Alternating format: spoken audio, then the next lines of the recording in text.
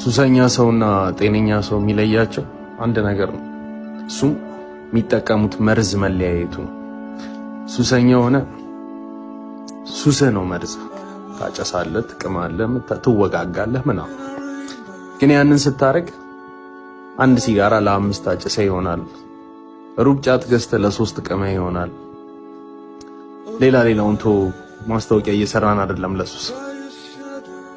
ከዛ እንደዛ ብራተህም መርዝህን ተፋቅረ ስትጠጣ ስታጨስ ኖረህ ብር አግኝተህም ነገ ሌላ ቀን ነው እያልክ ብትን ስታረገው ይኖርከው ብር ወደ ጤነኛው ዓለም ስትመጣ ሰው መርዝ ነው፣ ገንዘብ አምላክ ሆኖ ታገኘዋለህ።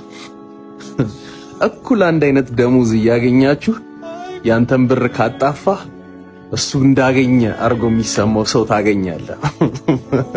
አንድ አይነት መኪና ኖሯችሁ ያንተ መኪና መበላሸት የሱ አዲስ መኪና የመግዛት ያህል ስሜት የሚሰማው ማህበረሰብ ታገኛለህ። ብር የሚመራው ማህበረሰብ። አንተ እኮ ሱሰኛ ሆነ ቀደኸዋል፣ ተጫውተህበታል። ይሄን ብር ጤነኛውን ስትመጣ እየተመከለከ ታገኘዋል። ትልቅ ትንሽ አይል አምላኪው ብዙ ነው። አባ እንኳን ቤት ሊመጡ እጅ መንሻ ያስፈልጋቸዋል። እውነት እናውራ ከተባለ ሱሰኛ ሆነ የተጫወትክበት ብር ጤነኛው ዓለም ላይ ስትመጣ ነግሶ ገዝፎ ሲክስ ፓክ አውጥቶ ይረግጣል። በጣም ለማምጣትም ያለፋል፣ ለማጥፋትም ከጎን ያሉት ሁሉ አሰፍስፈው እየተጠበቁ ነው። ካንተ በላይ ገቢ ያላቸው ያንተን ብር ለማጣፋት ይጠብቁሃል። በነፃ የሚባል ስራ አትስራ። አንድ ነገር ልንገር፣ ተምሬዋለሁ።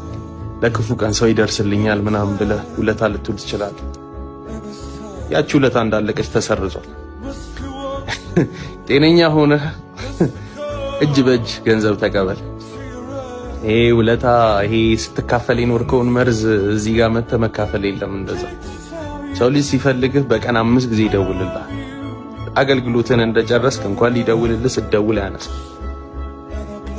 ሲፈልጉህ እንደፈለክ ያደርጉልሃል። ስትፈልጋቸው ስልክ ካነሱልህ ራሱ ትልቅ ነገር ነው። ስለዚህ ከዚህኛው መርዝ ውጣና ወደዚህኛው መርዝ ነው። እዚህኛው መርዝ ስትመጣ ግን ፈጣሪን ይዘህ ነው እንደምታስበው። እዛ ቆሻሻ ላይ ሆነ እንደምታስበው እዚህ ጋር ሳሩ አረንጓዴ አይደለም። አባቴ ቀለም እየቀቡት ነው እንጂ ደርቋል። ሁሉም ከዚህ በላይ ነው የሚኖር። የለበሰ ሌባ ይጠብቃል። መስቀል የያዘ ነፍሰ ገዳይ አለ። ፒፕሉ ሁሉም ለምድ የለበሰው ውስጡ ግን ሌላ ነገር አለ።